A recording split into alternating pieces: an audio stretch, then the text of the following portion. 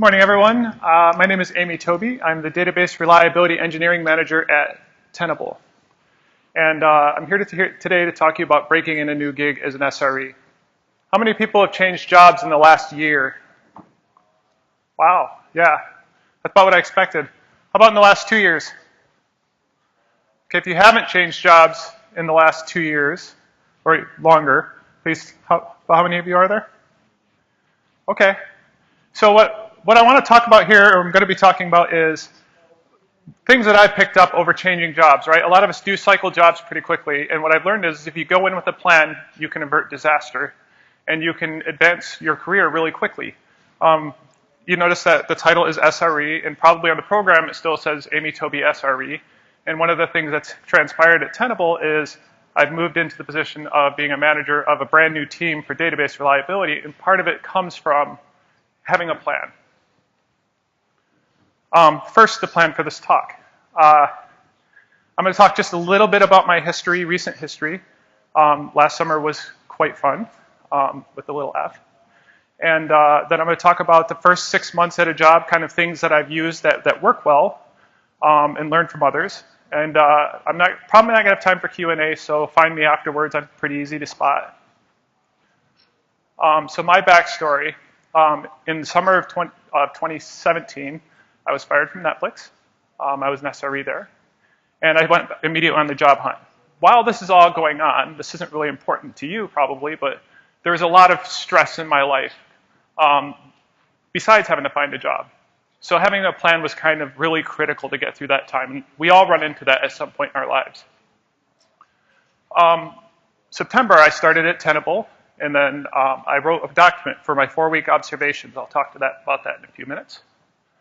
I got this talk accepted, and then I got promoted, and here we are. So just to start, a little bit about job descriptions. So the job description I have now didn't exist when I started at Tenable, and in fact, when I started at Tenable, there wasn't an SRE job description. I was the first SRE hire. And so I've helped write the SRE job description for Tenable as well as the DBRE ones. And I'm telling you this because what I really want to drive home is that job descriptions are largely bullshit. James Michael said yesterday, and I really like the way he said it, was that job descriptions are about what the team needs. And what you do is going to be a part of that. You don't have to be the whole thing. What I tend to do when I started a job is to forget completely about the job description. There are a couple of people in here that I've worked for before that can attest to that. Looking at you, Blake. So before you start, it's really good to be specific about a number of things. So of course, we all kind of do a lot of negotiation around salary, but there's a lot of other things that you can do before you start that will make you more successful and more likely to be happy in your new position.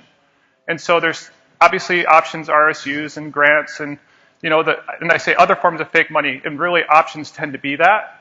And so one thing, I'm not an investment expert, and I'm not giving you professional advice, but make sure you ask what the volume on stock is if you're getting options. Because if the volume is in the billions and you get like 10,000 shares, who gives a crap? Relocation is something I've done a couple of times for work. And for how many people have relocated for work? Yeah, it's pretty rough, isn't it? It's a lot of work. And if you're single and you maybe have a cat to move, it's not that bad, right? Like you pack all your stuff up, you move, you start building new friends. That's a lot of work. That's a very stressful thing to do while you're getting used to a new job. So that's just something you need to really think through and have a plan for. In my case, I had to move with family. And that's even more traumatizing, and it hurts. The kids got to switch schools. All of these things have to happen. So that's something where just to think about as you're negotiating your salary and options, and make sure that they're paying you for it, because you're doing this for them, and you should get paid. And to make sure that you budget enough for moving, because I think all of us who have moved before, and that's probably all of us, know that the moving budget that you think you're going to have to spend when you get ready to move is nowhere near what you end up spending.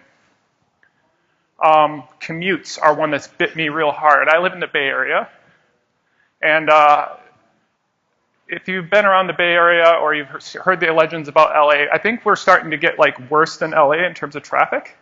As I was driving in here, I live about 16 miles away from here, and it took me about 45 minutes to get here. So the point being, like, is to test run your commute as many times as you can, like 2 or 3 times, because you may not, that first time, because you have the nervous jitters for your interview, you may not pick up on the fact that you're suffering in traffic because you're too busy in the loop, as I was, with the little company that shall not be named.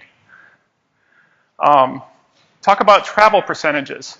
So some jobs want you to travel a lot, and maybe they don't really reveal that all right up front. But if you're going to be traveling a lot, that has a huge impact on your home life, and you should get paid more for it. Your computer, now that's one I have screwed up and gotten right a few times, kind of in alternating patterns. And so when you start, before you start is the best time to talk about your gear, because most companies have an IT policy that says, once you get your laptop, you're stuck with it for 2 years or a year. I mean, if you're at Netflix, it doesn't matter because you can basically be there for a month and be like, I don't like this one, they'll give you another one. But most other places, including Tenable, it's like 1 year to 2 years. Some places are 3 years. So make sure that you specify things like, how much RAM do you need? Are you running development environments on your computer? Do you prefer a high resolution or low resolution or matte screens? And be very specific and be willing to negotiate, but realize that you're going to be stuck with this for a while and you should negotiate up front. Same thing with phone. Most of us are on call at some point. If you're on call, I firmly believe that you should be compensated for your phone bill and for the phone device itself, especially if they're putting strict requirements on it. Most companies these days have requirements on phones, right? iOS and probably Google first-party phones. A lot of companies head in that way. And then your accessories and stuff, right? Like, I have this, best mouse in the world, MX Master. You know, but if you have these little things that you're going to use for work, they should pay for it. And Dave Hahn at Netflix actually drove this home for me. And one of the reasons I'm a big mechanical keyboard nut now is these are our tools of our trade. And the tools that we interact with every day. So if we're caring for our bodies and making sure that we can be healthy in our work, and at 4 o'clock in the morning when we're trying to fix a service, we really want to have the best tools available so that we're comfortable and we're caring for ourselves. So jumping into more the technical side. So you come in for your first day and you're kind of planning these things. That second bullet point there, I only mentioned because I recently had a conversation with someone and they were talking about bringing in their old SSH key into a new job environment. And it struck me as weird because I didn't think it would be something you have to say, but generate a new SSH key and encrypt it. So the other thing is, you know, most companies have an IT onboarding process. They are of varying quality and completeness. Some places you show up and everything's ready to go. You can log into systems and get things done. And most other places, I mean, probably the majority, there's a lot of manual work to be done for an SRE to be able to get work done, right? Like, our access is usually elevated compared to the vast majority of users, and so it doesn't get the attention on automation that maybe it should. So when this is being set up, you should pair with your peers and set up as much of your own stuff as possible in a pair programming or a shoulder surfing kind of environment. It's a really good opportunity to start learning the lay of the land. Make friends with IT. Sometimes we have a bad relationship with IT and it can't be helped, right? They're under a lot of stress. We're under a lot of stress. We have competing needs and we all are being pulled in different directions. But by making friends with them, you can get things that other people can't, right? Like you need a piece of equipment or you have some special request. If you're friends with them, a lot of times these things become a lot easier. Another one that I did here was I made the leap from Screen to Tmux. I'm still not entirely sold. But when you switch to a new job and to a new environment, it's a good time to pick up one of these changes, right? Like for the previous 15 or so years, I basically would show up and be like, oh, I'm going to start Screen because that's how I do my work. You know, people are like, why the heck are you still using GNU Screen? And well, I know it really well. Like it's muscle memory. So making that change was a big deal, but making the change while I was making all kinds of other changes made it a little bit less jarring, and I had time to get used to it. Of course, you know, I'm not switching away from Vim ever.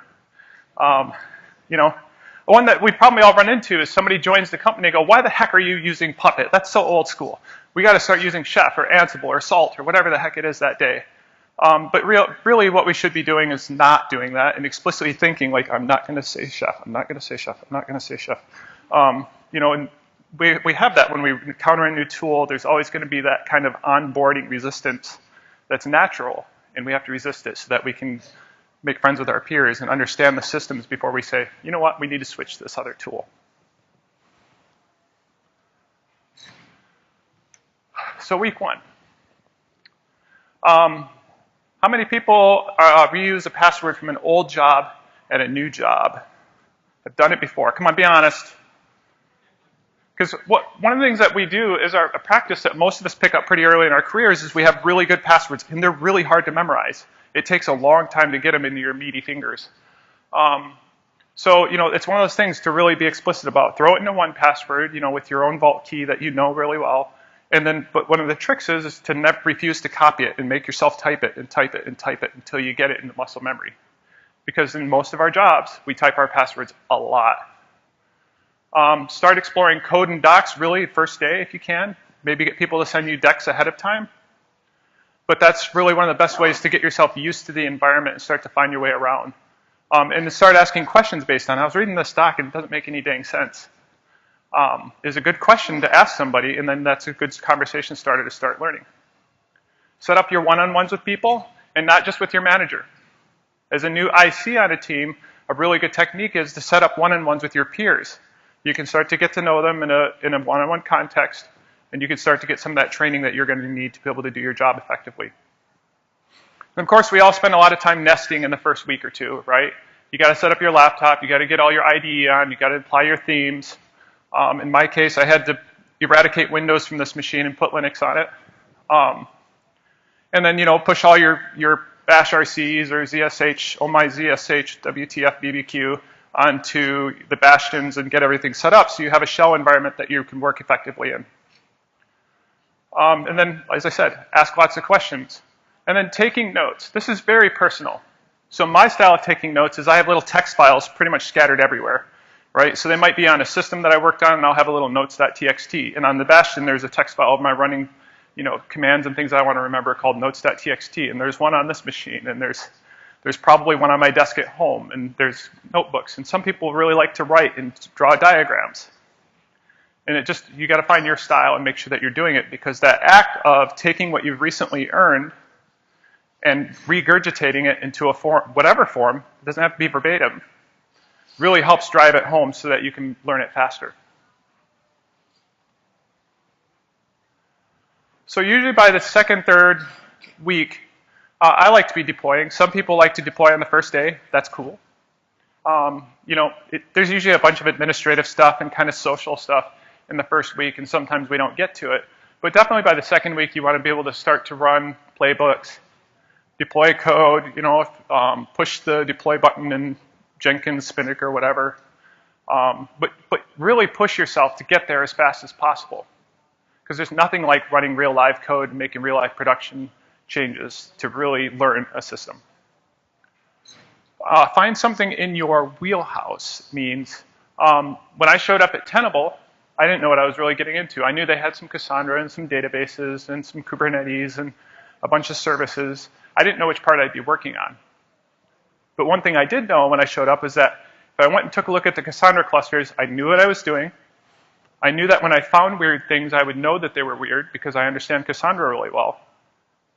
And I was able to use that knowledge to learn more of the environment just by digging into one thing that I understood really well. So yours might be MySQL, or it might be Puppet or Chef, or whatever it is. Find yours, and that's the way to start, or a way. Start updating docs. So that's something I've noticed literally everywhere I've worked. When you're reading through the docs, most of us when we write docs, we do care when we write them, right? But we're writing from a context of me to maybe my team at the time. And there's always gaps, right? And so when you have these new eyes, where you haven't looked at the same page and you know exactly where to scroll to find the stupid thing that you can't remember, you're not going to see these things that are maybe confusing to a new person, and it's a good time to bolster your docs and start asking questions and saying, like, hey, can this explanation be better, or it's missing these details that I really need to get this done. As I said, deploy early, deploy often, and send pull requests as soon as possible. And pair programming is a similar way to come at it. I already mentioned shadowing. Some of us may want to start shadowing on call immediately. Most places, I know, some places, you got a 2 or 3 month lead up to get to learn everything well enough to feel confident in the on-call schedule.